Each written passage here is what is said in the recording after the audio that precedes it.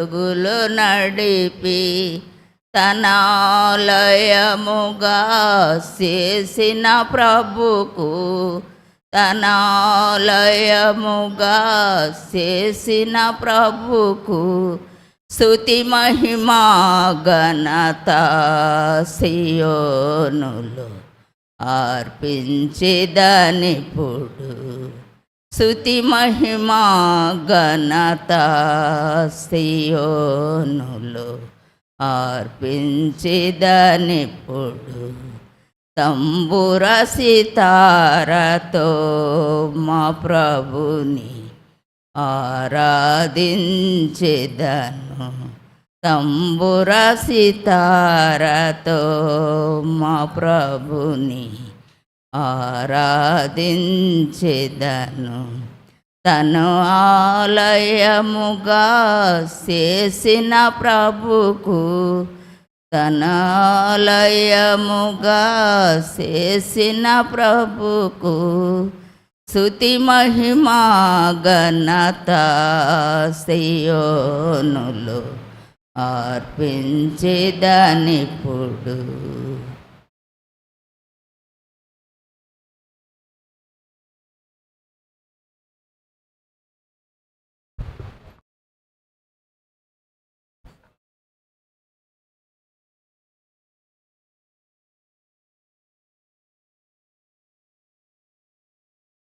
నేను అలాంటి నాకు ఉన్న బట్టి నీకు వందములు చెల్లిస్తున్నాం.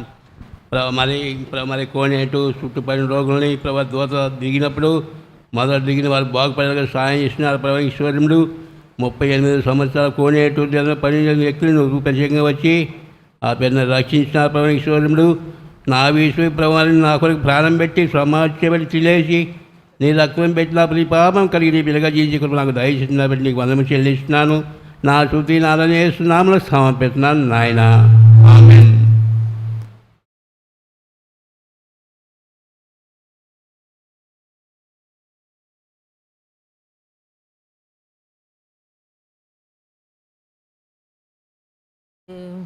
ఏటోదిన ప్రభా మరి పచ్చివాయు కలిగిన మరి ప్రభా ఎవరు స్వస్థపరచలేదు, మరి లేవలేని తీతి ప్రభా మరి నువ్వు చూచావు. మరి ప్రభా మరి ఆ కోనేటిలో దిగటానికి దేవదూతను పంపించావు ప్రభా. అయినాను ప్రభా నువ్వే స్వస్థపరిచావు. నీ పొరిపెత్తుకొని నడువుము అని తెలియపరిచావు తండ్రి. ఎవరు స్వస్థపరచలేదు కానీ ప్రభా నేను కూడా ఒక దినాన మరి నా తిథి కూడా లేవలేని తిథిలో ఉన్నప్పుడు ప్రభా మరి నన్ను లేవనెత్తి నడిపించిన దేవుడువు. పాపం శాపం మరి తండ్రి పాపం శాపంతో పడి చెడిన నన్ను కనికరించావు, క్షమించావు, స్వస్థపరిచావు అని నేనేనని మాట్లాడుకుంటూ వచ్చి నడవలేని స్థితిలో ఉండప్పుడు నన్ను నడిపించిన దేవుడువు నువ్వు ప్రభా. అయ్యా మరి నీ దాసుడి ద్వారా తెలియపరిచిన దేవుడువు. అయ్యా ఏమిచ్చినా నేను నీ రుణస్త్రాలను ఏమిచ్చి నీ రుణం తీర్చుకోలేను. ఈ స్తుతి ఆరాధన యేసునామమున నీకే సమర్పించుకుంటున్నాను తండ్రి. ఆమేన్. కృపాసత్య సంపూర్ణ ప్రేమగల దేవ, ఘనమైన శ్రేష్టమైన ఉన్నతమైన పరిశుద్ధ నామమునకు వందనాలు స్తోత్రాలు తండ్రి. ఉదయకాలంలో నీ సన్నిధిలో చేరి ప్రార్థించే అనుభవం నాకు ఇచ్చినందుకు నీకెంతో వందనాలు. నీ కృప చొప్పున నన్ను కరుణించావు దేవా. నీ కనికరమ చొప్పున నన్ను కాపాడావు తండ్రి. పాపములో నుండి చీకటిలో నుండి నీ ఆశ్చర్యకరమైన ఎలుగులో నన్ను నడిపించావు దేవా. అందులో బట్టి నీకు వందనాలు స్తోత్రాలు తెలుపుకున్నాను ప్రభువా. నాకు రావలసిన శిక్షను నువ్వు ఆ కలువరి శిలువలో భరించి రక్తము కార్చి మరణించి 3వ దినమున మృత్యుంజయుడివై లేచిన గొప్ప దేవుడు తండ్రి. అందులో బట్టి నీకు వందనాలు స్తోత్రాలు తెలుపుకున్నాను ప్రభువా. ఈ మధ్యాహ్న కాల సమయంలో నా ప్రియులతో కలిసి నేను కూడా ఆరాధించే భాగ్యాన్ని నాకు కలిగించినందుకు నీకు వందనాలు. ఈ మధ్యాహ్న కాల సమయంలో ఈ కొద్ది స్తుతి ఆరాధనను యేసునామమున నీకే సమర్పించుకున్నాను పరమ తండ్రి. ప్రేమల తండ్రి, నమ్మకైన దేవా, మహాగణుడా నీకు వందనాలు స్తోత్రాలు తండ్రి. నేను కూడా ప్రభా లోకములో అంధకారములో చీకటిలో తండ్రి అయ్యా నీకు లోబడందాన్ని దినమెల్ల నష్టపోయిందాన్ని ప్రభు పాపిని తండ్రి. మరోసారి నన్ను తండ్రి ఒక దినాన ప్రభా నీ సన్నిధానంలో పిలుచుకొని అయ్యా నీ రక్తంతో నన్ను నీ బిడ్డగా చేసుకొని నీ సత్తుగా నీ సంఘములో సావాసములో నీ రక్తంతో మోచిన బిడ్డలో నన్ను సమకూర్చి తండ్రి నా పాప భారమునని తీసివేసి నా ప్రభా నా కొరకై ప్రాణం పెట్టి రక్తం కార్చి నీ రక్తదారులతో నా ప్రతి పాపమును కడిగి నన్ను నీ బిడ్డగా చేసుకున్న నా ప్రభువుకి నేను ఏమి ఇవ్వాలి ప్రభా? ఈ మధ్యాహ్నం కాల సమయంలో నా యొద్ద ఏం లేదు ప్రభా. నా విరిగిన హృదయంతో నా స్తుతి ఆరాధన యేసుక్రీస్తు నామంలో నీకే నేను సమర్పించుకుంటున్నాను తండ్రి.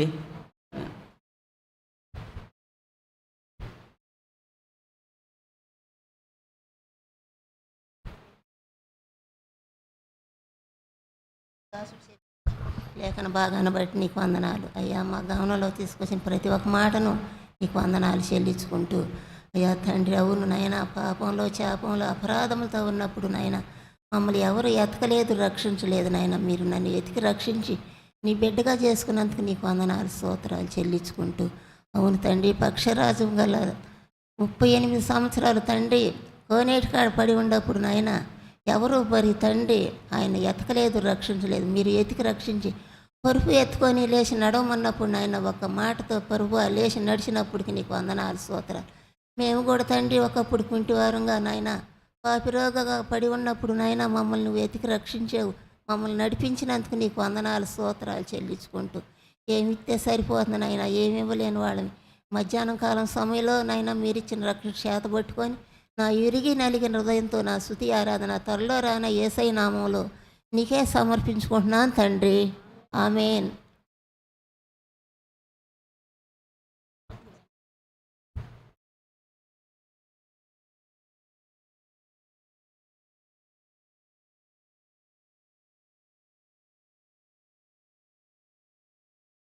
ఈ ప్రభు దినంలో నా కంఠంలో ఊపిరుంచి ప్రభువా నీ మందిర ఆవరణలో చేరి నీ పాద సన్నిధిలో నీ నామాన్ని ఒప్పుకుంటూ నా జీవ ఫలాన్ని అర్పించడానికై తండ్రి మీరు చూపిన కృపకై మిమ్మల్ని ఎంతగానో స్తుతిస్తూ ఉంటున్నాను. దయగలిగిన తండ్రి, ఆ పక్షవాయువు కలిగిన వ్యక్తికి తండ్రి కొంత వయసు ఉంది ప్రభువా నైనా తన బలహీనత నుంచి విడిపించబడటానికి దేవదూత వచ్చింది. అయితే తల్లి గర్భమున రూపింపబడింది మొదలుకొని నైనా నేను పాపపు రోగంతో ఉంటేనే నా జబ్బును బాగు చేసేవాళ్ళు ఎవరూ లేరు. దయగలిగిన తండ్రి, నా కొరకు దేవదూత కాదు కానీ దేవాతి దేవుడు అయిన మీరు, సింహాసనాసీనుడైన మీరు మిమ్మల్ని మీరు తగ్గించుకొని ప్రభువా నా కొరకు వచ్చినందుకై నా హృదయం ఆరా మిమ్మల్ని స్తుతిస్తూ ఉంటున్నాను. దయగలిగిన తండ్రి, నీ కృపను నా దాకా విస్తరింపజేసి నీ మాటలు నాకు వినుబుద్ధి పుట్టించి నీ మాటలు విని నీ నామమందు విశ్వసించుట ద్వారా ప్రభువా నా పాపపు రోగాన్ని నుంచి నన్ను విడిపింపజేస్తూ వచ్చారు. నాకు తండ్రి నా ఆత్మకు స్వస్థతను అనుగ్రహిస్తూ వచ్చారు. దయగలిగిన తండ్రి, ఈ లోకం విడిస్తే సదాకాలం నీతో పాటు ఉంటాననే శుభప్రదమైన నిరీక్షణ నాకు అనుగ్రహించారు. భూమి మీద నా జీవనానికి భక్తికి కావలసిన వాటిని నాకు అనుగ్రహిస్తున్నారు. దయగలిగిన తండ్రి, నా జీవితంలో నా ఆత్మీయ జీవితంలో నాకు ఎంతో చాలిన దేవుడు ఉన్న నీకు నేను ఏమిచ్చి నీ రుణం తీర్చగలను ప్రభా. నైనా నేనేమిచ్చినా ఈ రుణం తీర్చలేను కానీ హృదయం ఆరామి నామాన్ని ఒప్పుకొని గణపరుస్తూ నా కొద్ది స్తుతి ఆరాధన యేసుక్రీస్తు వారి శక్తి కలిగిన నామంలో మీకే సమర్పిస్తున్నాను తండ్రి. ప్రేమగల తండ్రి, నమ్ముకున్న దేవాన్ని ఘనవంటి నామానికి వందనాలు స్తోత్రాలు. మీ దాచుని బలపరిచి బలం తీసుకున్న గమనించిన ప్రతి మాటను బట్టి కూడా తండ్రి సృష్టిస్తున్న తండ్రి ఇదిగో తండ్రి 38 సంవత్సరాలు ఎత్తెత్తి కోన దగ్గర మరి పడి ఉన్న తండ్రి అయ్యా, మరి అతన్ని మరి ఎవరు ఎతకలేదు, రక్షించలేదు, అతను ఎవరు స్వస్థపరచలేదు కానీ తండ్రి నువ్వు దిగి వచ్చి అయ్యా మరి దేవదూత అయితే నీళ్లు కదిలిస్తుంది కానీ మరి నువ్వు వచ్చి అయ్యా నీ పొరిపెత్తుకొని పరిగెత్తమని అతనితో చెప్పినప్పుడు అతను స్వస్థపడ్డట్టుగా నీ లేఖనాలు చెబుతుంది తండ్రి. అవును ప్రభా, నేను కూడా ఈ లోకంలో పాపంలో శాపంలో అపరాధంలో పడి చెడిపోయినప్పుడు ఎవరు నన్ను ఎత్తకలేదు, రక్షించలేదు నాయనా. నా వైపు అయితే ఎవరు చూడాలి, నా కొరకు ఎవరు ప్రాణం పెట్టలేదు తండ్రి. అయితే నువ్వు నా కొరకు ప్రాణం పెట్టి రక్తం కార్చి ఆ రక్తం నా యొక్క ప్రతి పాపం నుండి కడిగి నీ సంఘంలో సావాసంలో నీ ఇంట్లోకి చేసుకొని నీ మధ్యలో కాని సమయంలో నీ సన్నిధిలో చేసి నీ ఫీవరెట్లో కలిసి నేను శృతించే భాగ్యాన్ని దయచేసిన దాన్ని బట్టి నీకు స్తోత్రాలు వందనాలు. ఈ కొద్ది నా శృతియాన్ని యేసునామాన్ని నీకే సమర్పిస్తున్నాను తండ్రి. ఆమేన్.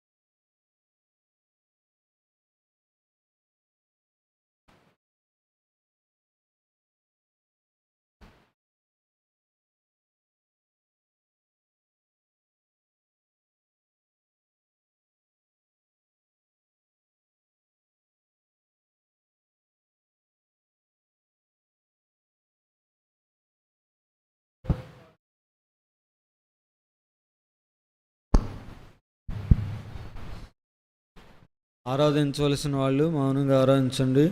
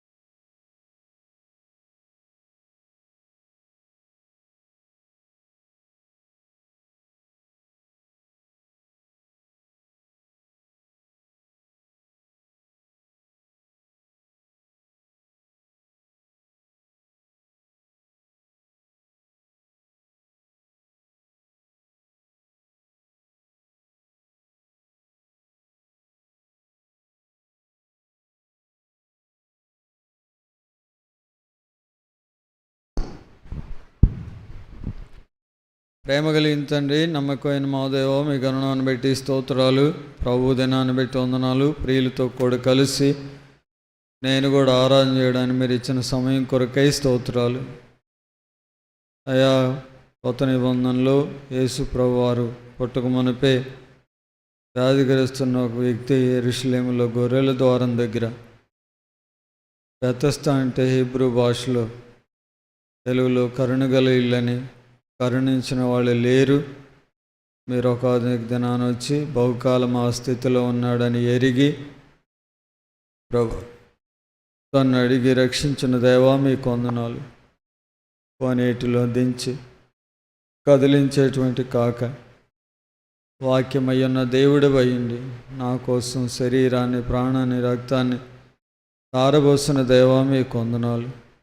అతడు పొందిన దయాళుల చేత స్వస్థపరచబడిన చెప్పబడిన మాటలు కొరకై వందనాలు చెల్లిస్తూ అయ్యా, నేను మలినలో, మురికిలో, అపవిత్రతలో ఉన్న నన్ను బాగు చేసిన దేవుడు, సంఘానికి, సహవాసానికి నడిపించిన దేవుడు. దేవుడు అంటే తెలీదు, నిజమైన సత్యం, రక్షణ అనుభవం లేని నాకు అనుభవంలో నడిపించారు. స్తోత్రాలు చెల్లిస్తూ ఎంత గొప్ప రక్షణ ఈ భాగ్యం దాన్ని తెచ్చిందేవా.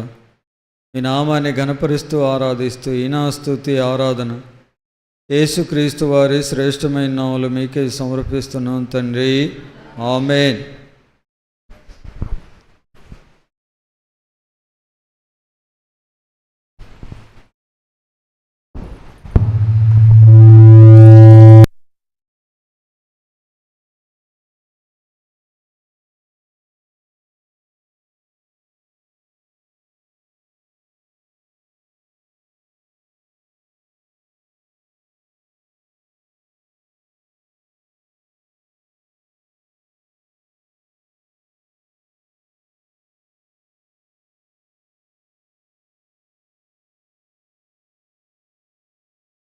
నూట 62వ పాటలో 4వ చరణం పాడుకుందాం. నీ రక్తముతో నన్ను కడిగితివి, పరిశుద్ధునిగా చేసితివి. నీ రక్తముతో నన్ను కడిగితివి, పరిశుద్ధునిగా చేసితివి, నీ రక్షణకై స్తోత్రము చేయ.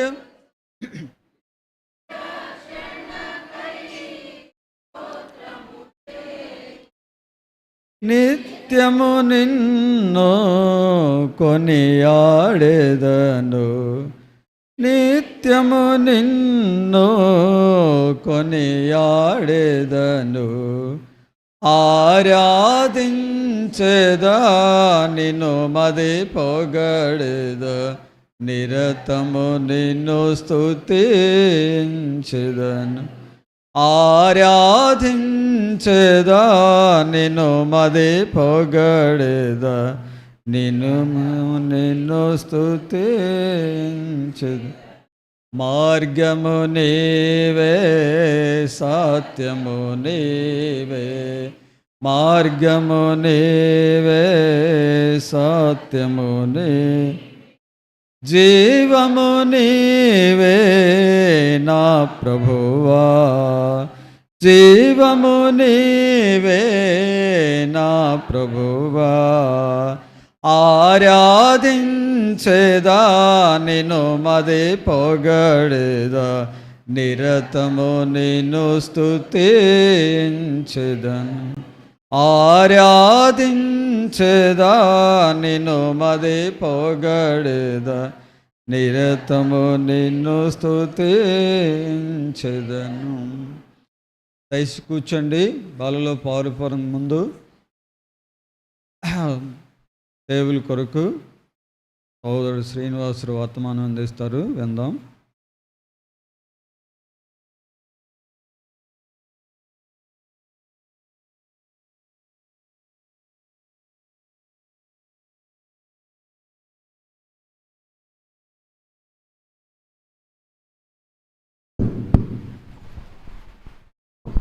ప్రార్థన చేసుకుందాం. పరిశుద్ధుడా, ప్రేమ కలిగిన మా దేవ, మీ ఘనమైన, శ్రేష్టమైన, ఉన్నతమైన మీ నామాన్ని బట్టి మీకు ఎంతో వందనాలు చెల్లించుకుంటున్నాం. ఇంతవరకు నాయన ఆరాధనలో సహాయపడ్డారు, అందుని బట్టి వందనాలు. తెలియక ఏదైనా మేము అపవిత్రంగా ఆరాధించుంటే దయతో క్షమించండి. పరిశుద్ధంగా ఆరాధించట్లో కూడా మాకు సహాయం చేయండి. అలాగే ముందు మీ శరీరం రక్తం ఉంది నాయన, మీ శరీరంలో రక్తంలో పాలు పంపులు పొందబోయే ముందుగా మమ్మల్ని జ్ఞాపకం చేసుకోండి. ఇదిగో తండ్రి, మేము అల్పులం నాయన, అనుకరించండి. నేనైతే బలహీనుడను, నన్ను నీ రక్త పరోక్షకు తెచ్చుకుంటున్నాను. సంపూర్ణంగా నా హృదయం కడగండి, శుద్ధీకరించండి, పరిశుద్ధపరచండి. తండ్రి, మాకు అవసరమైన మాటలు మీరు అందించండి. ఆ వాక్యాల ప్రకారంగా మా జీవితాలు సరిచేసుకొని సగ్గదిద్దబడి మీ శరీరంలో రక్తంలో యోగ్యంగా పాలు పంపులు పొందుటకు సహాయం చేయండి. తండ్రి, ఎండవేడిమి నుంచి తప్పించండి. నిద్రమత్తు పాలుమాలుతనం తొలగించువేయండి. చిన్న బిడ్డలను మీ స్వాధీనంలో ఉంచుకోండి. సమస్తాన్ని నాయన మీరే మీ స్వాధీనంలో ఉంచుకోండి. కరెంటు శబ్ద యంత్రాలన్నీ మీ స్వాధీనంలో ఉంచుకోండి.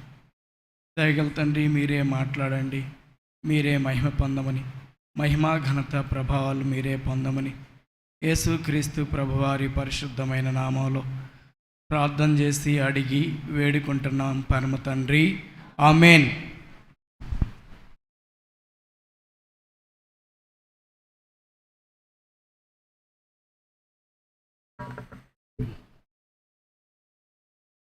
మనము ఆయన శరీరంలో రక్తంలో పాలు పంపులు పొందబోయే ముందుగా దేవుని మాటలు కొన్ని చూద్దాం. రండి, 1 కొరింథీయులు రాసిన పత్రిక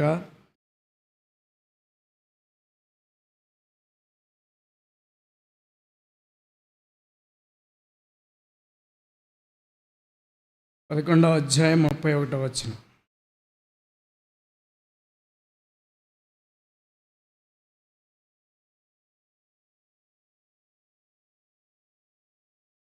కొరింథీయులు రాసిన మొదటి పత్రిక 11వ అధ్యాయము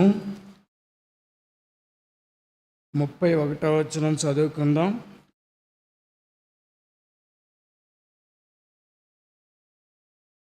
అయితే మనల్ని మనమే విమర్శించుకొని ఎడల తీర్పు పొందక పోదాం. దేవుని వాక్యం ఇది ప్రతి వారం వింటూనే ఉంటాం. అయినా ప్రతి ఆదివారం మనల్ని మనం పరీక్ష చేసుకోవటం ఎంతైనా మంచిది. దేవుని వాక్యాన్ని బట్టి పరీక్ష చేసుకొని దాని ప్రకారంగా ఆయన శరీరంలో రక్తంలో పాలు పంపులు పొందాల్సిన అవసరం ఉంది. ఎందుకంటే ఒకవేళ ఇలా పరీక్ష చేసుకోకపోతే మనకి దేవుని వాక్యం ఉంది, వాళ్ళు తీర్పులో ఉంటారు, వాళ్ళు మరణిస్తారు అని దేవుని వాక్యం ఉంది. అయితే ఇలాంటి తీర్పుకి గురవ్వకుండా మనం పరీక్ష చేసుకోవటం ఎంతైనా మంచిది. దేవుని వాక్యంలో ఏ విధమైన పరీక్ష, ఏ విధంగా మనం సరి చేసుకోవాలో చూద్దాం. రోమా పత్రిక 12వ అధ్యాయం 2వ వచనంలో దేవుని వాక్యం ద్వారా మనం ఈ లోక మర్యాదను అనుసరింపక ఉత్తమమును అనుకూలమును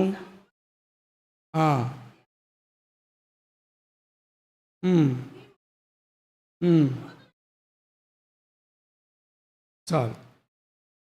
దేవుని వాక్యంలో నుండి మనకు చెప్తున్న ఈ మాట ఏంటంటే, మనము ఈ లోక మర్యాదని అనుసరించకూడదు అని దేవుని వాక్యం చెప్తూ ఉన్నది.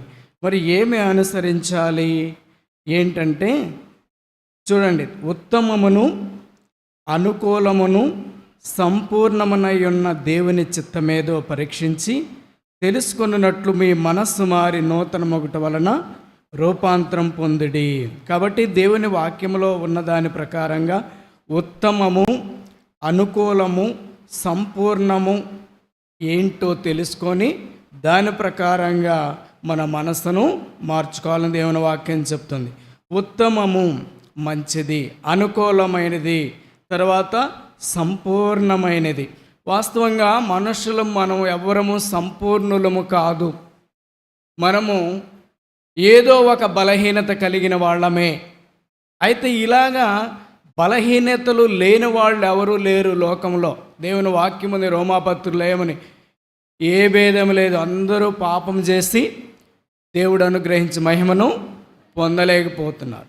నీతిమంతుడు లేడు, ఒక్కడు కూడా లేడు. కాబట్టి ఈ వాక్యాలను బట్టి చూస్తే మనుషులు ఉన్నవారిలో, మనుషులు అనే వాళ్ళల్లో ఎవ్వరు కూడా సంపూర్ణమైన వాళ్ళు లేరు. దేవుడు ఒక్కడే సంపూర్ణమైన వాడు. రెండు యోధాపత్రిక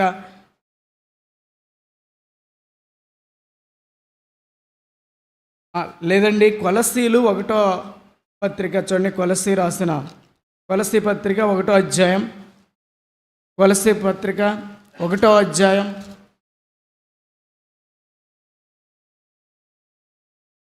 కొలసీ 1 మనం 15వ వచనం చూద్దాం. స్వరూపి అయి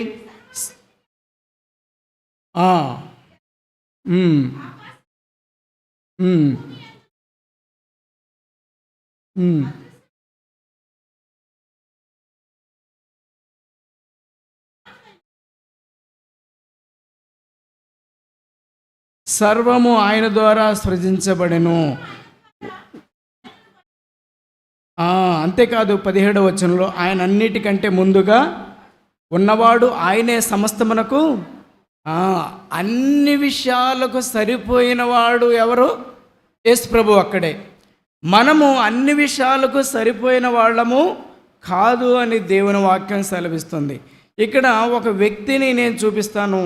ఇస్సాకు అనే ఆయన ఉన్నాడు. ఈయన ఆదికాండంలో చూడండి 22వ అధ్యాయంలో ఇస్సాకుని బలివ్వటానికి వెళ్ళినప్పుడు చాలా విధేయత చూయించాడు.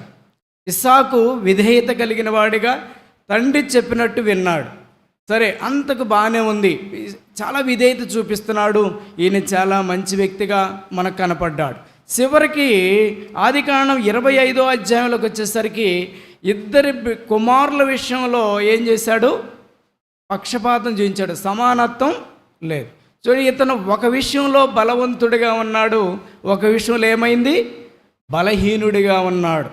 అలాగే మనం కూడా ఏదో ఒక విషయంలో బలహీనత ఉంటుంది. అది ఏంటనేది ఇప్పుడు మనం పరీక్ష చేసుకోవాలి. ఏదైనా బలహీనత ఉంచుకొని ప్రభు రక్తంలో పాలు పంపులు పొందకూడదు అని వాక్యం సెలవిస్తుంది. అలాగే ఏ బలహీనత మనలో ఉందనేది ఒకసారి మనం చూడాలి. రెండోదిగా మనం సంసోని చూద్దాం. ఇతని విషయంలో చూస్తే న్యాయాధిపతుల గ్రంథం 15వ అధ్యాయంలో చూస్తే చాలా బలవంతుడిగా కనపడ్డాడు. సింహాలు చీల్చేసిన వాడిగాను చాలా బలవంతుడిగా కనపడ్డాడు. అదే సంసోను 16వ అధ్యాయంలోకి వచ్చేసరికి ఏమయ్యాడు? ఒక స్త్రీ వలలోకి పడిపోయాడు. చూడండి, మొదట బలవంతుడు, తర్వాత ఏమైపోయాడు? బలహీనుడైపోయాడు. మనము అంతే, ఆత్మీయంగా బలవంతులుగా కనిపిస్తాం, కానీ ఏదో ఒక చిన్న పొరపాటులో మళ్ళా పడిపోతాం. ఆ మొదటి చివరి మెట్టుకి ఎక్కి ఆ చిన్న పొరపాటు వలన మళ్ళీ ఏమైద్ది? మొదటి మెట్టులోకి వస్తాం. అట్లాగే మన జీవితాల్లో కూడా ఏదైనా లోపం ఉందా, ఏదైనా పొరపాటు ఉందా అనేది మనం గమనించుకొని దాన్ని ఒప్పుకుంటే వారంగా ఉంటాం. సొలొమోను విషయంలో కూడా అంతే. ఆయన కూడా మొదటి రాజుల గ్రంథం 3వ అధ్యాయంలో చూస్తే చాలా జ్ఞానవంతుడు, బలవంతుడు అని ఉంది. తర్వాత అతను మొదటి రాజులు 11వ అధ్యాయంకి వచ్చేసరికి శరీరం విషయంలో ఏమైపోయాడు? బలహీనుడైపోయాడని ఉంది. వాస్తవంగా మనం సహజంగా చెప్తాం, ఈ అబ్బాయి ఫలానా విషయంలో చాలా మంచోడే, కానీ కొన్నిసార్లు కొద్ది విషయాల్లో పడిపోతుంటాడని. అలాగే మన విషయంలో కూడా దేవుడు మన హృదయాన్ని పరీక్ష చేస్తుంటాడు. ఒక్కొక్క విషయంలో చాలా బలంగా ఉంటాం, ఒక్కో విషయంలో చాలా బలహీనంగా ఉంటాం. ఆ బలహీనత ఏదో మనం పట్టుకొని దాన్ని ప్రభు యొక్క రక్తంలో కడగబడాలి. చూడండి, మొదటి దశలోనికి పత్రిక 4వ అధ్యాయం 3వ వచనంలో దేవుని వాక్యం ఎలా చెప్తుందో చూడండి. మీరు పరిశుద్ధులగుటయే అనగా మీరు జాగ్రత్తకు దూరంగా ఉండటయే దేవుని ఇప్పుడు దేవుని చిత్తం ఏదో తెలుసుకొని దాని ప్రకారంగా నడవండి అని మనం మొదట్లో చదివాం. ఇప్పుడు దేవుని చిత్తం ఏంటి చెప్పండి? మీరు పరిశుద్ధులు. అంతే. కాబట్టి మన జీవితాల్లో ఒక లోపం ఏంటి, చిన్న లోపమైనా పెద్ద లోపమైనా అది ఏంటి అనేది, అది ఎక్కడ దాగుందనేది అది కనుగొని దానిని మనం ప్రభు రక్తంలో కడుక్కోవడం ఎంతైనా మంచిది. ఎందుకంటే మన కీర్తన 32 తన అతిక్రమములు దాచిపెట్టువాడు వర్ధిల్లడు. కాబట్టి అతిక్రమాలు లోపలే ఉంచుకుంటే మీలో అనేకులు బలహీనులను రోగులనై ఉన్నారు, చాలామంది నిద్రిస్తూ ఉన్నారు, చనిపోయిన వాళ్ళుగా ఉంటున్నారు. అందుకని మన జీవితంలో ఎక్కడ బలహీనత ఉంది అనేది మనం చూడాలి. ఎందుకు? మనకంటే బలమైన వాళ్ళు దేవుని గ్రంథంలో వాళ్ళ పేర్లు కూడా రాయబడిన వాళ్ళు వాళ్ళే బలహీనులుగా కనపడతా ఉన్నారు. మరి గెహాజీ అనే ఒక ఆయన ఉన్నాడు. ఆయన తెలుసు కదా, ఎవరైనా ఎవరి శిష్యుడు? ఎలీషా శిష్యుడు. ఈయన ఎలీషా దగ్గర చాలా మంచి శిష్యుడిగా కనపడతా ఉన్నాడు, మంచి శిష్యుడైన. కానీ 2వ రాజుల గ్రంథం 5వ అధ్యాయంలోకి వచ్చేసరికి ఈయన ఎలాగైపోయాడు? డబ్బు విషయంలో ఏమైపోయాడు? బలహీనుడైపోయాడు. ఆయన వద్దన్న దాన్ని తెచ్చుకున్నాడు, కుష్ఠరోగాన్ని తెచ్చుకున్నాడు. అలాగే బలహీనత విషయంలో మనం ఏదైనా అజాగ్రత్తగా ఉన్నామంటే వ్యాధులు వస్తాయి అని దేవుని వాక్యం సెలవిస్తుంది. కాబట్టి ఏ బలహీనత మనల్ని పట్టుకొని మనల్ని బలహీనపరుస్తుందో దాని విషయమై మనము దేవునిని వేడుకొని దేవుని దగ్గర మనం చక్కదిద్దుకోవాలని దేవుని వాక్యం సెలవిస్తుంది. రండి, ఇంకా మొదటి దశలోని పత్రిక 4వ అధ్యాయం 5వ వచనం చదవండి. మీలో ప్రతివాడును దేవుని ఎరుగని అన్ని జనుల వలె కామాభిలాష యందు కాక పరిశుద్ధత యందును ఘనత యందును తన ఘటమును ఎట్లు కాపాడుకొనవలెనో అది ఎరిగి ఉండటయే దేవుని చిత్తము. ఇంకా రెండవది దేవుని చిత్తం ఏంటంటే మనమందరం కూడా మన యొక్క ఘటమును, మన శరీరమును ఎలా కాపాడుకోవాలో అది ఎరిగి ఉండటమే దేవుని చిత్తము. ఈ శరీరాన్ని కాపాడుకునే విషయంలో పౌలు అంటాడు 2వ కొరింథీయులు 12వ అధ్యాయంలో, నేను శరీర విషయంలో చాలా బలహీనుడిగా ఉంటూ ఉన్నానంటాడు. కానీ ఆయన సేవలో మాత్రం 2 కొరింథీయులు 11వ అధ్యాయంలో చాలా బలవంతుడు. సేవ చేసే విషయంలో చాలా బలవంతుడు, కానీ శరీరంలో వచ్చేసరికి చాలా బలహీనుడిగా చెప్పబడుతూ ఉన్నాడు. అందుకని దేవుని చిత్తం ఏంటంటే ఈ ఘటము అంటే ఈ శరీరాన్ని కాపాడుకోవటమే దేవుని చిత్తము, దాన్ని జాగ్రత్తగా కాపాడుకోవటమే దేవుని చిత్తమని, అలాగా ఎట్లు కాపాడుకొనవలెనో అది ఎరిగి ఉండటమే. అంటే ఈ శరీరాన్ని పాపంలో పోకుండా కాపాడుకోవటం ఎరిగి ఉండటము దేవుని చిత్తం. మనం తెలియకుండానే బలహీనలైపోతాం, తెలియకుండానే పడిపోతాం. అయితే ఆ పడిపోకుండా కాపాడుకోవటం ఎరిగి ఉండటమే దేవుని చిత్తం. యెహోషువ విషయంలో చూస్తే యెహోషువ 1వ అధ్యాయంలో దేవునితోనే మాట్లాడిన బలవంతుడు ఆయన, దేవునితోనే మాట్లాడినటువంటి బలవంతుడు ఆయన. తర్వాత 13వ అధ్యాయంలోకి వచ్చేసరికి మనుషుల మాటల్లో పడి బలహీనుడైపోయాడు. మనుషులు చెప్పిన దానికి లోబడిపోయాడు. మనం అంతే, మందిరంలో లేదా వాక్యం విన్నప్పుడు ప్రార్థన చేసుకున్నప్పుడు బలం కలిగి ఉంటాం. తిరిగి మరలా బయటికి వెళ్ళి మన చుట్టుపక్కల వాళ్ళ విషయాల్లో లేకపోతే బంధువుల విషయాల్లో ఏమైపోతాం? బలహీనలైపోతాం. అందుకే దేవుడు ఏమంటున్నాడు, ఒక్కొక్క విషయంలో బాగానే ఉన్నావు నువ్వు, ఒక్కో విషయంలో బలహీనత కలిగి ఉన్నావు. అందుకే దేవుడు మనల్ని ఉండనిస్తున్నాడు. కొంతమంది నాకు తెలిసిన ఒకళ్ళు ఉన్నారు, వాళ్ళ కుమారుడు బాగా తాగుతాడు. ఆయన బాగా తాగినప్పుడేమో చాలా అసహ్యం వేస్తుంది ఆమెకి. త్రాగకుండా బాగున్నప్పుడు చాలా ప్రేమ చూపిస్తాడు ఆమె మీద. ఆమె అనుకుంటుంది తాగపోతే ఈడు ఎంతో బాగుంటాడు. త్రాగితేనేమో ఆమెకు భయం వేస్తుంది, అసలు ఇంట్లో నుంచి బయటికి వెళ్ళే అంత భయం వేస్తుంది. చూడండి, ఒక విషయంలో బాగానే ఉన్నాడు, ఒక విషయంలో ఏమయ్యాడు? బలహీనుడిగా ఉన్నాడు. కానీ దేవుడు ఏమంటున్నాడంటే ఆయన అన్ని విషయాల్లో బలవంతుడు. మనల్ని కూడా అలాగా తయారవడానికి మనం వాక్యం ద్వారా బలవంతులం కావాలని చెప్తున్నాడు. దేవుడు బలహీనతలు లేనివాడు. యేసు ప్రభు అదే యోహాను 8వ అధ్యాయంలో అన్నాడు, నాలో పాపముందని మీలో ఎవరైనా చూపించగలరా అన్నాడు. మరి దేవునిలో ఏ పాపం లేదు.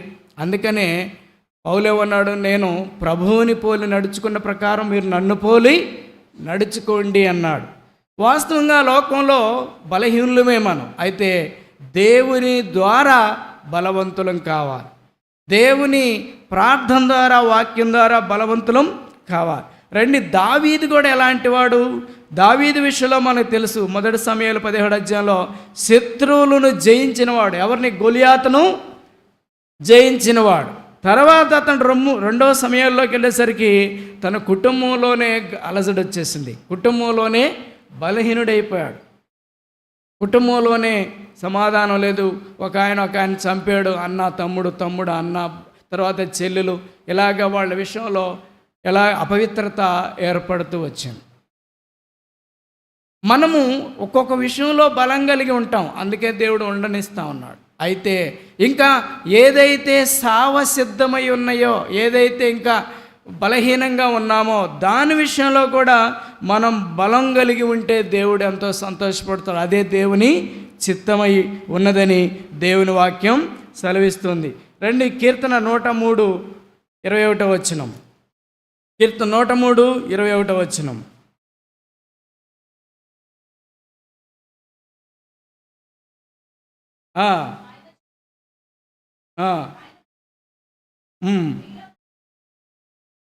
చూడండి, ఆయన చిత్తమును నెరవేర్చటం అంటే ఏంటి? ఆయన్ని సన్నుతించటం, స్తుతించటం, ఆయన్ని ఘనపరచటం, అది చేయాలి. అయితే ఎక్కడ జరుగుతుంది ఇది? ఒక్కోసారి మనం ఒంటరిగానే ఉంటాం, చుట్టుపక్కల ఎవరైనా విగ్రహ సంబంధమైన లేకపోతే మనకంటే బలవంతులు ఉంటారు. అయితే ఆ సందర్భాల్లో మనం ఎలా ఉండాలంట? దేవునిని సన్నతించే వాళ్ళంగా, ఘనపరిచే వాళ్ళంగా, ఆయన చిత్తమును నెరవేర్చే వారంగా మనము ఉండాలని దేవుని వాక్యం సెలవిస్తుంది. కాబట్టి మనం ఏ స్థలంలో ఉన్నా ఆయన చిత్తాన్ని నెరవేర్చేవారిగా ఉండాలి, ఆయన ఇష్టాన్ని నెరవేర్చేవారిగా ఉండాలని దేవుని వాక్యం సెలవిస్తుంది. ఇంకో మాట చూద్దాం.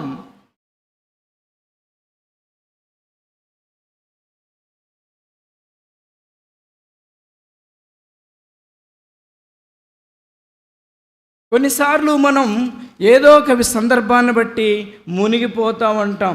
ఇక్కడ చూడండి, కొంతమంది దేనిని చూసి మునిగిపోయారు. 1 తిమోతి రాసిన పత్రిక 6:9 మనం బలహీనులు దేనికి అవుతూ ఉంటాము అనేది చూస్తే ఇక్కడ 1 తిమోతి 6:9 మనం శోధనలోను ఉరిలోను అవివేకయుక్తములను హానికరములనైన అనేక దురాశల్లోనూ పడుదురు. అట్టివి మనుషులను నష్టములోను నాశనములోను ముంచివేయును. ఇక్కడ దేవుని వాక్యం చాలా బాగుంది. ధనవంతులగుటకు అపేక్షించువారు ఎక్కడ పడతారను? శోధనలోను ఉరిలోను అవివేకయుక్తములను హానికరములైన అనేక దురాశల్లో పడుదురు. అవి మనుషుల్ని నష్టములోను నాశములోను పడవేస్తాయి. అంటే ధనాపేక్ష, ఈ ధనాపేక్ష అనే గాలికి కొట్టుకొని పోతాం, లేదా ఈ ధనాపేక్ష అనే బలహీనతకు గురైపోతాం. అయితే దేవుడు ఏమంటూ ఉన్నాడు చూడండి, ఈ ధనాపేక్షను చూసి మనుషులు ఆ దేవుని మందిరాన్ని, దేవుని పనిని, దేవునిని వదిలేసి వెళ్ళిపోయేవారుగా ఉంటూ ఉన్నారు. అని ఆదివారం బాగా ఎక్కువ ఆదాయం వస్తే కొంతమంది ఇంకొక వారం వెళ్ళొచ్చులే అని వెళ్ళే సందర్భాలు ఉంటాయి. అయితే దేవుడు వాక్యం మనకి మత్తయి సువార్త 6:33 మన అందరికీ తెలిసిందే. మొదట నా రాజ్యమును నా నీతిని వెతకండి, తర్వాత మీకేం కావాలో అవి నేను ఇస్తా అన్నాడు. అంటే దేవునిలో మనం బాగా దేవుణ్ణి ఆరాధిస్తూ స్తుతిస్తూ పూజిస్తూ ఆయన కొనియాడుతూ ఆయన పనుల్లో ఆయన మందిరంలో మనం చక్కగా నిలబడ్డప్పుడు మిగతావి ఏవి అవసరమో ఆయన ఏం చేస్తాడు? ఇస్తానంటున్నాడు. దేవుడు నీకు ఈ సంవత్సరం మొత్తం అన్ని కూడికలు అన్ని మీటింగులకి నువ్వు చక్కగా హాజరైతే వచ్చే సంవత్సరం ఒక మంచి ఆశీర్వాదం ఇవ్వాలని ఆయన మనసులో ఆయన దాచిపెట్టుకొని ఉన్నాడు.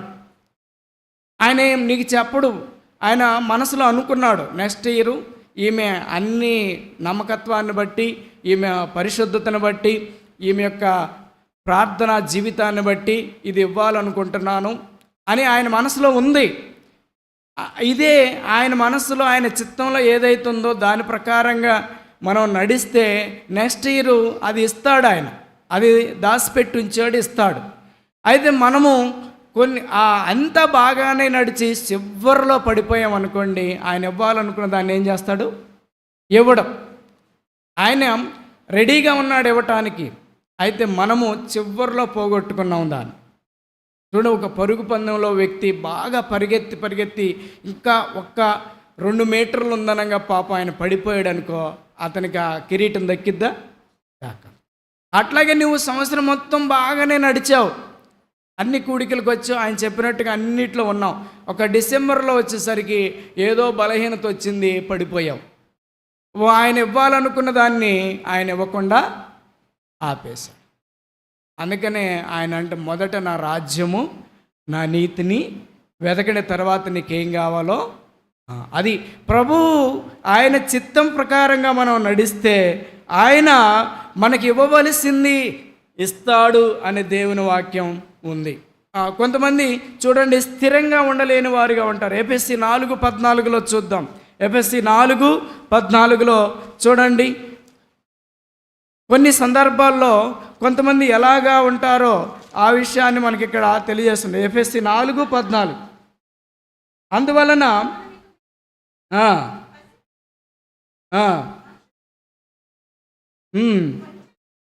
వంచనతోనూ తప్పు మార్గమునకు లాగు కుయుక్తితోనూ గాలికి కొట్టుకొని పోవునట్లు కల్పింపబడిన ప్రతి ఉపదేశమునికి ఇటు అటు కొట్టుకొని పోవచ్చు అలల చేత. వీళ్ళెవరు? స్థిరత్వం లేని వాడు. బాగానే ఉంటుంది, వచ్చినప్పుడు బాగానే ప్రార్థన చేసిద్ది, వచ్చినప్పుడు బాగానే ఆరాధన చేసిద్ది, వచ్చినప్పుడు చివరిదాకా ఇంటికి వెళ్లకుండా మందిరం మొత్తం దుడిసిద్ది, లేకపోతే అన్ని పనులు చేసిద్ది, కానీ స్థిరంగా ఉండదు. ఏమనుకున్నది ఏంటిది? స్థిరత్వం లేకుండా గాలికి అటు ఇటు కొట్టుకొని పోయింది. పాపం వచ్చిన రోజు ఇంకా అంతే, మొత్తం ఆమె చేసుకునేది పని అంతా. కానీ దేవుడు ఆ ఒక్కరోజు చూడడు ఆయన, మిగతాది కూడా చూస్తాడు. మన హృదయము ఆయన అన్ని చూస్తూనే ఉంటాడు.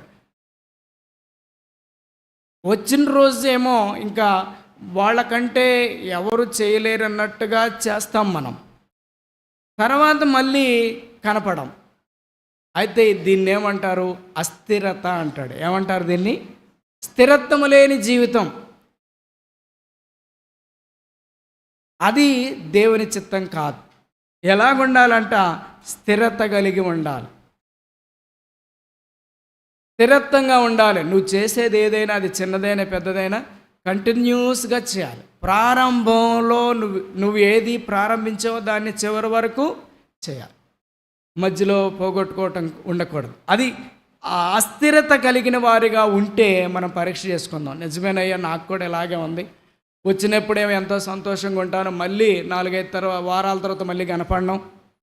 ఇలాంటి అస్థిరమైన బుద్ధి నాకు కూడా ఉంది, దయతో క్షమించమని అడగాలి. అది దేవుని చిత్తం కాదు. స్థిరంగా ఉండటం దేవుని చిత్తం.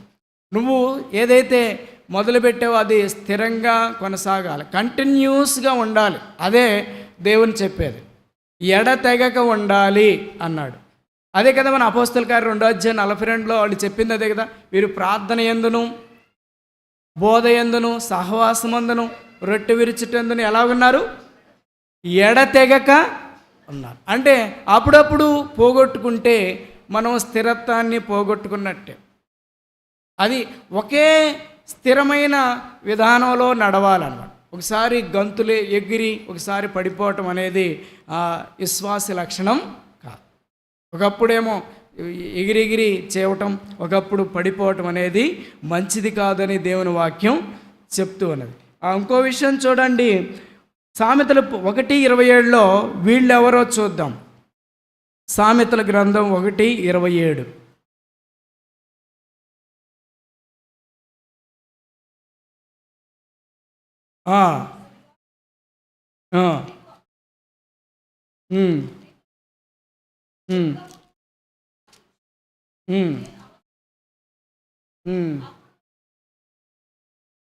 చాలండి. భయము మీ మీదకి తుఫాను వలె వచ్చినప్పుడు, సుడిగాలి వచ్చినట్లు మీకు అపాయం కలుగునప్పుడు. చూడండి, ఇక్కడ కొంతమంది ఏం చేస్తారు? భయాన్ని బట్టి లేకపోతే పిరికితనాన్ని బట్టి దేవునికి దూరంగా ఉంటారు. భయము అనే గాలి దీనివల్ల మునిగిపోయేవారిగా ఉంటూ ఉన్నారు. పేతురు సముద్రం మీద నడుస్తూ ఏం చూశాడు? గాలిని చూసి మునిగిపోయాడు. అట్లాగే కొన్నిసార్లు పిరికితనము, భయము మనల్ని ఆవరించి మనల్ని ప్రభువులో ముందుకు సాగనీయకుండా చేస్తుంది. అయితే ఒకవేళ ఏ భయము, ఏ పిరికితనం ఉందో దాన్ని ప్రభు యొక్క రక్తంలో, ప్రభువులో చెప్పి ప్రభు ద్వారా బలవంతులు అవ్వాలి, ప్రభు ద్వారా ముందుకు సాగిపోయే వాళ్ళంగా మనం ఉండాలి. ఇంకొక విషయం చూద్దాం. కొంతమంది ఎలాగా ఆగిపోతారంటే, యోబు గ్రంథం 1:19 యోబు గ్రంథం 1:19 వీళ్ళు ఎలాగా దేన్ని బట్టి ఆగిపోతారో, దేన్ని బట్టి వెనక్కిపోతారు అనేది మనం చూద్దాం. యోబు గ్రంథం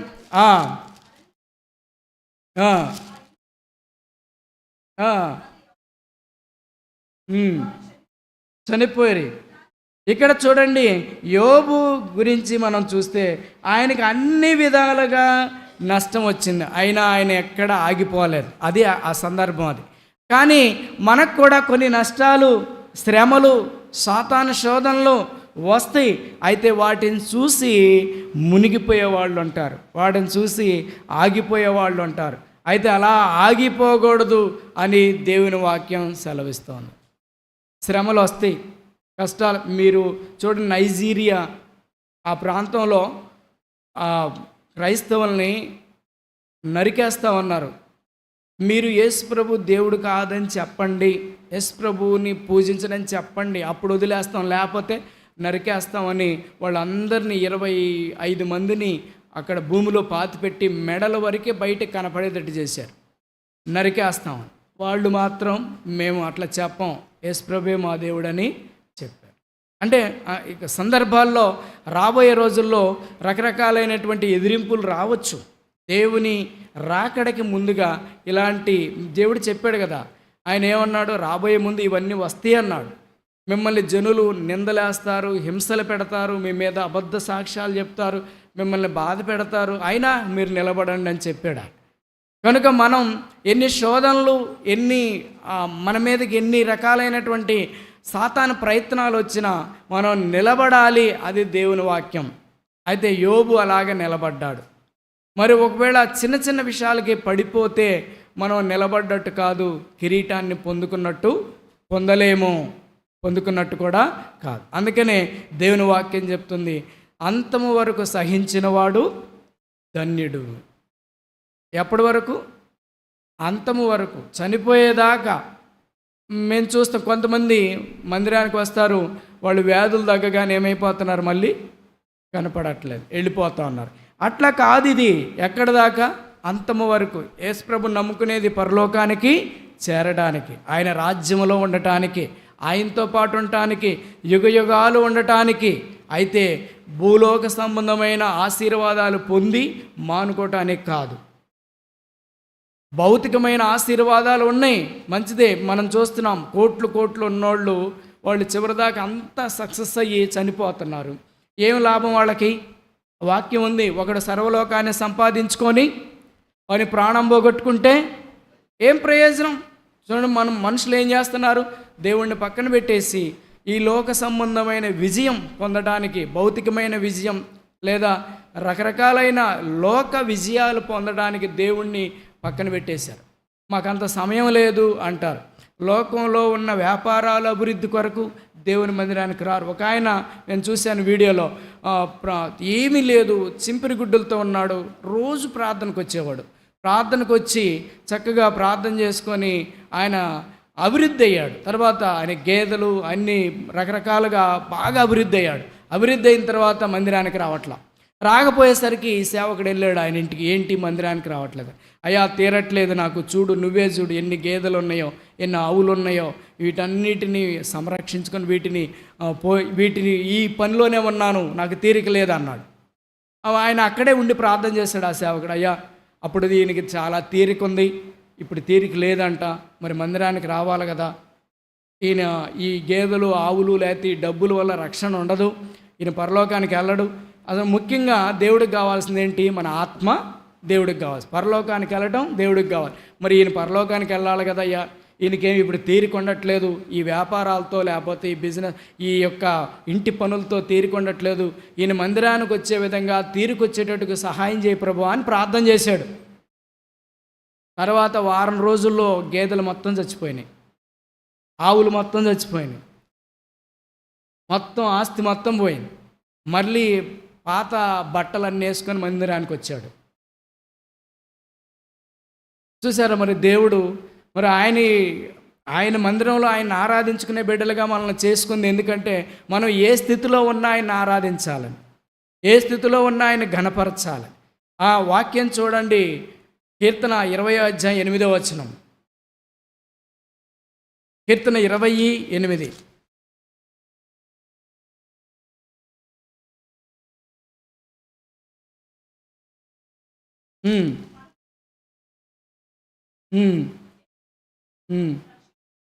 చూడండి, మన దేవుడు మనల్ని ఏం చేశాడు? చక్కగా నిలవబెట్టాడు. కాబట్టి మనము దేవునిలో ఆనందించాలి, దేవునిలో నిలబడాలి.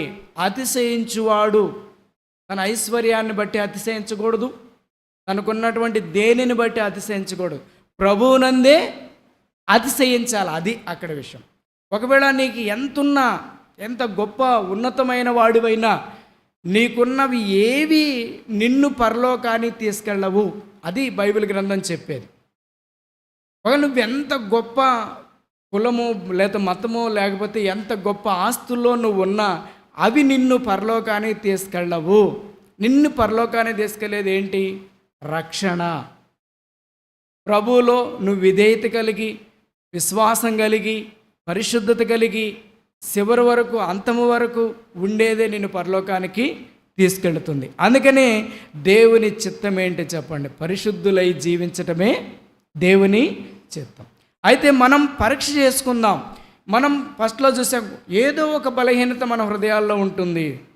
ఎందుకంటే దేవుడు పై రూపాన్ని చూడడు, ఏం చూస్తాడు? హృదయ అంతరంగాన్ని చూస్తాడు. అందుకని లోపల ఏ లోపం ఉందో అనేది మనం చూసి దాన్ని మనం మారు మనసు పొందేవారిగా ఉండాలి. అంటే హృదయాన్ని మార్చుకునే వాళ్ళంగా ఉండాలి. అది ఏదో ఒక పాపం, ఏదో ఒక లోపం మన హృదయంలో ఉంటుంది. ఆ పాపాన్ని దాన్ని ఏం చేయాలంటే దేవుని యొక్క రక్తంలో కడిగేసుకునే వారిగా ఉండాలని దేవుని వాక్యం సెలవిస్తుంది. ఇక్కడ యోబు ఏమంటాడంటే 27వ అధ్యాయం 5వ వచనంలో మనం మరణమగు వరకు నేను ఎంత మాత్రం యథార్థతను విడిచిపెట్టను అంటాడు. చివరి వరకు యథార్థతను విడిచిపెట్టకూడదంట.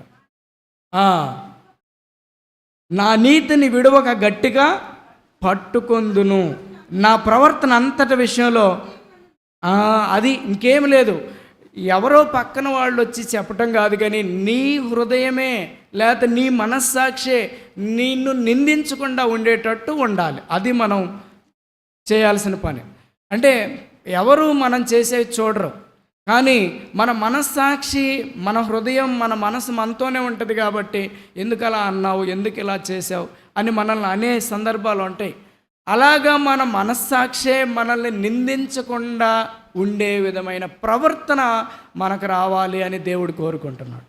అది యోబు అదే అంటున్నాడు. ఏమని? మరణమగు వరకు నేను ఎంత మాత్రము యథార్థతను, వాళ్ళు చెప్పారు ఎందుకు ఇలాగిలా అని. భార్య అంది, ఇలా ఎందుకు నువ్వు ఇంకే యథార్థత ఏంది, ఏముంది, మరి దేవుణ్ణి దూషించి మరణం అవ్వచ్చు. కానీ అలా ఏం అనలేదా. అంతము వరకు తన యథార్థతను ఏం చేశాడు? కాపాడుకున్నాడు. మనం కూడా అంతే, చివరి వరకు మన యథార్థతను ఏం చేయాలి? కాపాడుకోవాలని దేవుని వాక్యం సెలవిస్తుంది. అయితే చూడండి, సామెతలు 23వ అధ్యాయం 19వ వచనం. సామెతలు 23:19. నా కుమారుడా,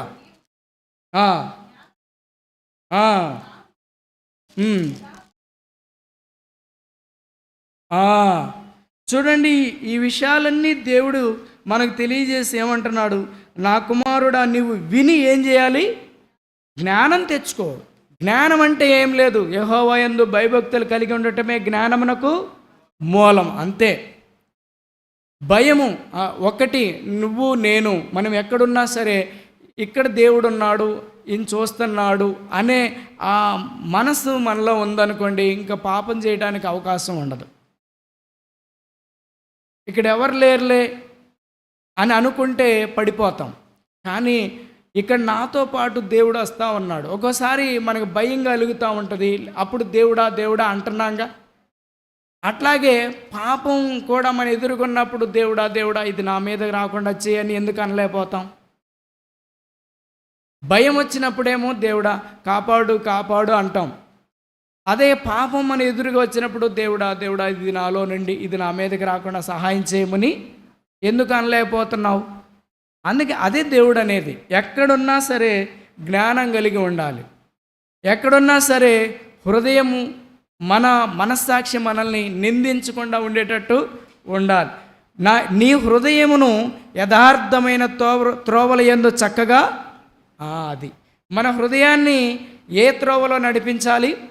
యథార్థమైన త్రోవలో చక్కగా నడిపించాలి. హృదయము అనేక త్రోవలకు వెళ్ళిద్ది.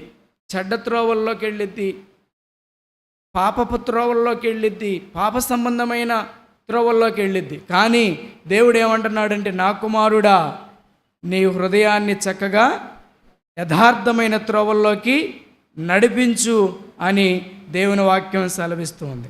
ఎందుకు?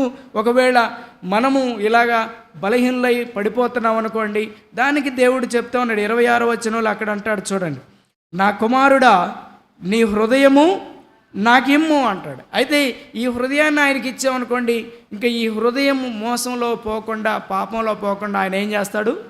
కాపాడుతాడు. దేవుని వాక్యం సెలవిస్తుంది, కాపాడుతాడు ఆయన. అందుకని దేవుని వాక్యంలో మనం చూస్తూ ఉన్నాం, మన హృదయాన్ని దేవుడికి అప్పగిస్తే దేవుడు ఏం చేస్తాడు? కాపాడతాడు. అయితే ఈ హృదయం కాపాడబడాలి అంటే దేవునికి ఇవ్వాలి. తర్వాత ఏమంటున్నాడు చూడండి, 25వ అధ్యాయం సామెతల గ్రంథం 28వ వచనం. ప్రాకారము లేక పాడైన పురము ఎంతో, తన మనస్సును అణుచుకొనలేని వాడును. ఇక్కడ ఇదేగా, ఈ మనసు పదే పదే బలహీనపరుస్తుంది మనల్ని, పదే పదే ప్రతి పాప సంబంధమైన వాతావరణానికి లాక్కెడుతుంది, పదే పదే చంచలమైపోయిద్ది, పదే పదే బలహీనమైపోయిద్ది. అయితే దీన్ని ఏమంటున్నాడు? మనసును ఏం చేయాలి? అణుచుకోవాలి, బలం కలిగి. అప్పుడు దేవుడిని అడగండి, దేవుడిని అడగాలి మనం, అయ్యా నాకు నా మనసును బలపరచు అని, నా హృదయాన్ని బలపరచు అని. అయితే మనసు బలహీనమైపోయిందంటే పాపంలో పడిపోతాం. అందుకే ఈ పాపంలో పడకుండా ఉండాలంటే మనసును బలపరుచుకోవాలని దేవుని వాక్యం సెలవిస్తుంది. మనసును బలపరుచుకొని దేవుని దృష్టిలో మంచివారిగా మనం ఉండాలి. రండి, ఇప్పుడు శ్రేష్టమైనది ఏంటంటే సామెతలు 16:32 చూడండి. శ్రేష్టమైనది ఏంటనేది ఇక్కడ చూస్తూ ఉన్నాడు. పరాక్రమశాలి కంటే దీర్ఘశాంతము గలవాడు, బాగా బలవంతుడి కంటే, బాగా ఎంత గొప్ప బలవంతుడి కంటే ఎవరు శ్రేష్ఠులు? అది ఆయన శాంతంగా ఉంటాడు, ఎప్పుడు నవ్వుతూ ఉంటాడు, ఏ కోపం ఉండదు ఆయనలో. ఇలాగా శాంతం కలిగి ఉంటాడు అంటే వాళ్ళు ఎవరంట? శ్రేష్టమైన వాళ్ళు అంటున్నాడు. కాబట్టి మనకి అనేక సందర్భాల్లో కోపం రావచ్చు, కానీ దాంట్లో మనం శాంతం కలిగి, ఈ పరాక్రమశాలి కంటే దీర్ఘశాంతం గలవాడు. అట్లా ఉన్నామా లేదా పరీక్ష చేసుకోవాలి. దీర్ఘశాంతం ఉందా లేదా? ఊరికనే కోపపడుతున్నామా, అరుస్తున్నామా? ఇవి మనలో ఉంటే దాన్ని మనం ఏం చేయాలి? తొలగించుకొని దీర్ఘశాంతము దయచే ప్రభువా అని అడగాలి. తర్వాత దానికి ఎంత ఉంటుంది? పట్టణము పట్టుకొని వానికంటే తన మనసును స్వాధీనపరుచుకున్నవాడు, ఒక పట్టణాన్ని జయించేవాడి కంటే తన మనసును స్వాధీనంలో ఉంచుకునేవాడు శ్రేష్ఠుడు అని దేవుని వాక్యం సెలవిస్తూ ఉన్నది. కాబట్టి ఈ వాక్యాలను బట్టి దీని ప్రకారంగా మనం నడవాలి, దీని ప్రకారంగా యథార్థంగా ఉండాలి. యథార్థత అంటే ఏంటి? ఇందా చదివాం కదా, యెహోవా జ్ఞానం అంటే ఏంటన్నాడు? యెహోవా యందు భయభక్తులు కలిగి ఉండటమే జ్ఞానం. మరి యథార్థత అంటే ఏంటి? 16వ అధ్యాయం సామెతలు 17వ వచనంలో చూడండి. చెడుతనం విడిచి నడుచటయే, చెడుతనం విడిచి నడుచటయే యథార్థవంతులకు రాజమార్గము అని దేవుని వాక్యం సెలవిస్తుంది. కనుక నీవు నేను పరీక్ష చేసుకోవాలి. దేవుని వాక్యంలో మన జీవితాలు పరీక్ష చేసుకునేటువంటి వారిగా ఉన్నాం. ఏం పరీక్ష చేసుకోవాలి? మనము దేవుని చిత్తాన్ని జరిగిస్తున్నామా లేదా? దేవుని చిత్తం లేకుండా మన సొంత ప్రయత్నాలతో జీవిస్తున్నామా? ఇది మనము చూసేవారిగా ఉండాలి. దేవుని చిత్తం ఏదో అది తెలుసుకొని దాని ప్రకారంగా నడవాలి. అది ఏంటంటే పరిశుద్ధంగా జీవించటమే దేవుని చిత్తం. పరిశుద్ధంగా జీవించటానికి మనకి దేవుని వాక్యంలో ఎన్నో ఉన్నాయి.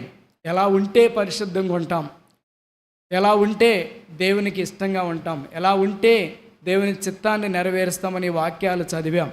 వీటిని మనం ప్రభు యొక్క కృపలో మనము దాన్ని మనం హృదయానికి అన్వయించుకొని మనము బలవంతులంగా అవ్వాలని దేవుని వాక్యం సెలవిస్తుంది. రండి, అక్కడే 16వ అధ్యాయం 16వ వచనం సామెతలు. అపరంజిని సంపాదించుట కంటే జ్ఞానమును సంపాదించుట ఎంతో, వెండిని సంపాదించుట కంటే.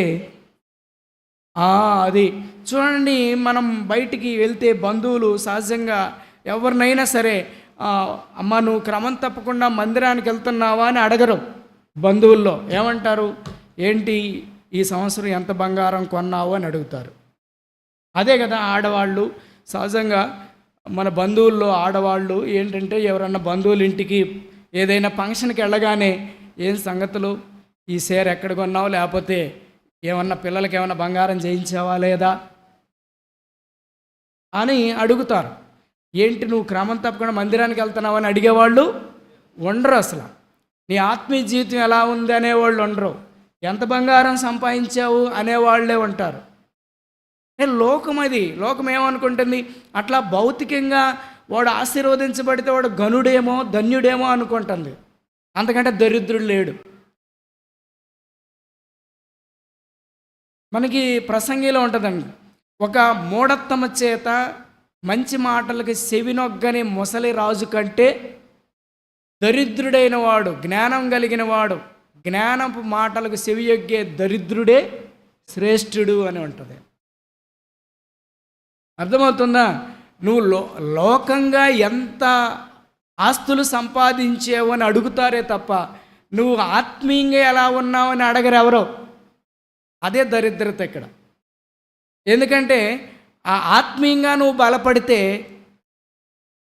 లోకానికి ఇష్టం ఉండదు. మనల్ని లాగేది లోకము, శరీరము, సాతాను. ఈ మూడే మనల్ని బయటికి లోకానికి లాగేది. అందుకని దేవుని వాక్యం చెప్తుంది, అపరంజి అంటే ఏంటిది? అపరంజి అంటే బంగారమే. ఇప్పుడు దా చెప్పింది అదే కదా. బంగారం ఎంత సంపాదించావు, ఎన్ని సెవర్లు ఉన్నాయి. చూడు, పెళ్ళికి వెళ్ళగానే మీ అమ్మాయికి ఎంత బంగారం ఉందని అడుగుతారు. పెళ్ళి మాట్లాడుకునేటప్పుడు కూడా అదే అడుగుతారు. అయితే చూడండి, మీ అమ్మాయి మందిరానికి వెళ్ళిద్దా అని అడగరు, ప్రార్థన చేసిద్దా అని అడగరు, భక్తి కలిగి ఉందా అని అడగరు, బాప్తిసం తీసుకుందా అని అడగరు, మందిరంలో పరిసరి చేసిద్దా అని అడగరు, ఎంత బంగారం ఉందని అడుగుతారు. అందుకే దేవుని వాక్యం చెప్తుంది, అపరంజిని సంపాదించుట కంటే జ్ఞానమును సంపాదించుట ఎంతో శ్రేష్టము. అది చూడండి, అపరంజి బంగారం, దానివల్ల మనకేమీ లాభం లేదు. చూస్తూ ఉన్నారు కదా, ఈ మధ్య బంగారం రేటు పెరిగినప్పుడు అలా ఆడవాళ్ళని వెళ్తుంటే వాళ్ళని చంపేసి బంగారం లాక్కొని వెళ్ళిన వాళ్ళు ఉన్నారు. రకరకాల ప్రయత్నాలు జరిగినాయి. సరే, ఏదేమైనా మనము దేవుణ్ణి సంపాదించుకోవాలి, జ్ఞానమును సంపాదించుకోవాలి. తర్వాత చూడండి 17వ వచనం, చెడుతనము విడిచి నడుచుటి యథార్థవంతులకు దానిపైన వెండిని సంపాదించుట కంటే తెలివిని సంపాదించుట అది. కాబట్టి దేవునిని సంపాదించుకోండి, దేవుని వాక్యాన్ని సంపాదించుకోవాలి, విశ్వాసంలో బలపడాలి, వాక్యాన్ని చదువుకోవాలి, ఆత్మీయంగా అభివృద్ధి చెందాలి, పరలోకానికి చేరాలి. ఇది క్రైస్తవులకి, మనకు విశ్వాసులకి అవసరమైంది. అంతేగాని లోక సంబంధంగా నువ్వు ఎంత సంపాదించినా నీకు దుఃఖమే. ఎంతో సంపాదించి చక్కగా మనం కూడబెట్టి తర్వాత వాళ్ళు తినబోయేటానికి ఏదో ఒక వ్యాధి రాగానే ఇవన్నీ తినలేని వాళ్ళుగా ఉంటారు. పొలం వేసి లేదా అంతా సంపాదించుకొని తినబోయే టయానికి ఏమవుతుందో వాళ్ళకి వ్యాధులు, షుగర్ వచ్చి లేకపోతే ఏదో వచ్చి వాళ్ళు తినలేని పరిస్థితి ఏర్పడుతుంది. కాబట్టి చూడండి, యోనా విషయంలో ఒక మాట చదువుకొని మనం ప్రార్థన చేసుకుందాం. యోనా భక్తి మాటలు చెప్పటంలో చాలా బలవంతుడు, ఇదే ముఖ్యం. అందుకని పౌలు అన్నాడు, నేను చెప్పిన తర్వాత భ్రష్టుడిని అయిపోకుండా ఉండటం కోసం నా శరీరాన్ని నేను నలగొట్టుకుంటున్నాను అన్నాడు. కనుక మనం దేవుని వాక్యాలు చెప్పడానికి బాగానే చెబుతాం, దేవుని గురించి ఇతరులకు చెప్పడంలో బాగానే చెప్తాం, కానీ చెప్పేదానికంటే కూడా దాన్ని పాటించే విషయంలో ముఖ్యంగా ఉండాలన్నాడు.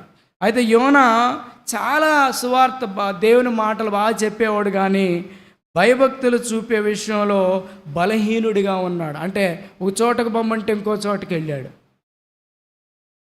అట్లా మన జీవితంలో ఒకవేళ మాటలే చెబుతున్నామా లేకపోతే నిజంగా ఆ మాటల్లో మనకు భక్తి ఉందా అనేది మనం పరీక్ష చేసుకోవాలి. ఎందుకంటే చాలామంది చాలా మంచి మాటలు చెప్తారు, చక్కగా చాలా మాటలు చెప్తారు, కానీ అక్కడ ఆ భక్తిని మళ్ళీ వాళ్ళ కార్యాల్లో చూపించాలి అనే విషయాల్లోకి వచ్చేసరికి బలహీనలైపోతారు.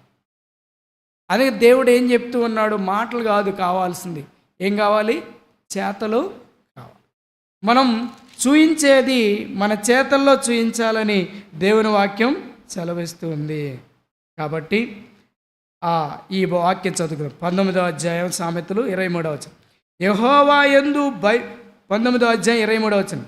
యెహోవా యందు భయభక్తులు కలిగి ఉండుట జీవ సాధనము. యెహోవా యందు భయభక్తులు కలిగి ఉండుట ఏంటంట, జీవ సాధనము. దానివల్ల ఏం కలుగుతుంది, అది కలిగిన వాడు తృప్తుడై అపాయం లేకుండా. ఇప్పుడు మనం భక్తి కలిగి ఉండి కూడా రకరకాలైనటువంటి పరిస్థితులకి భయపడిపోతాం. అపాయములు లేదా భయములు, రకరకాలైనటువంటి కష్టాలు మన మీదకి వచ్చి మనల్ని భయపెడతాయి. అయితే ఇవి రాకుండా ఉండటం కోసం దేవుడు ఏమంటున్నాడు, యెహోవా యందు భయభక్తులు కలిగి ఉండుట జీవ సాధనం. ఏదైతే అది కలిగి ఉన్నవాడు తృప్తి కలిగి ఉంటాడు, అపాయం రాకుండా, అపాయం లేకుండా బ్రతుకుతాడు. అది భక్తి కలిగి భయం కలిగి ఉన్నవాడు తృప్తిగా ఉంటాడు, అపాయం లేకుండా ఉంటాడు. కనుక మన జీవితాల్లో పరీక్ష చేసుకుందాం. ఏదైనా దేవుని వాక్యాన్ని ప్రకారంగా దేవుని యొక్క చిత్తమును నెరవేర్చటం మనం చేయాల్సిన పని. అలా నెరవేర్చటానికి పరిశుద్ధులై ఉండటమే దేవుని చిత్తం. పరిశుద్ధంగా ఉండటానికి మనకి కొన్ని మాటలు చదువుకుంటూ వచ్చాం, ఎలా ఉండాలి, ఎలా ఉండకూడదు. కొంతమంది కొన్ని విషయాల్లో బలంగా ఉంటారు, కొన్ని విషయాల్లో బలహీనులుగా ఉంటారు. కానీ దేవుడైతే అన్ని విషయాల్లో పరిపూర్ణుడు. ఆయన బలహీనత లేనివాడు. అందుకే మనము కూడా ఒకటి మంచిగా ఉండి ఒకటి చెడ్డగా ఉంటే మంచిది కాదు. కనుక అన్ని విషయాల్లో మనం పరిపూర్ణ అవ్వటం కొరకే దేవుని యొక్క వాక్యంలో దేవుని సహాయాన్ని కోరుకోవాలి. ఎందుకంటే మనం బలహీనమే కాబట్టి దేవుడు మన సహాయం చేస్తాడు. మనం పరిశుద్ధులు అవ్వటం కొరకు సహాయం చేస్తాడు, పాపంలో పడకుండా ఉండటం కొరకు సహాయం చేస్తాడు.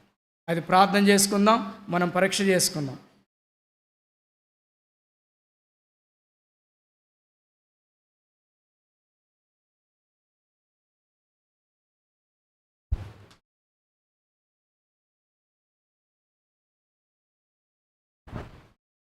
ప్రార్థన చేసుకుందాం.